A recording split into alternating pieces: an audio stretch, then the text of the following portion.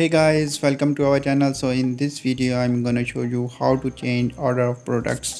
So simply what you need to do, just you have to go to products, and now here you can see I have some products here. So simply now go to collections, and here select any collections. Like I have selected laptop, so simply open it. So now here you can see I have some products. So here you can change the order, like product title from Z to A. So start from lowest price.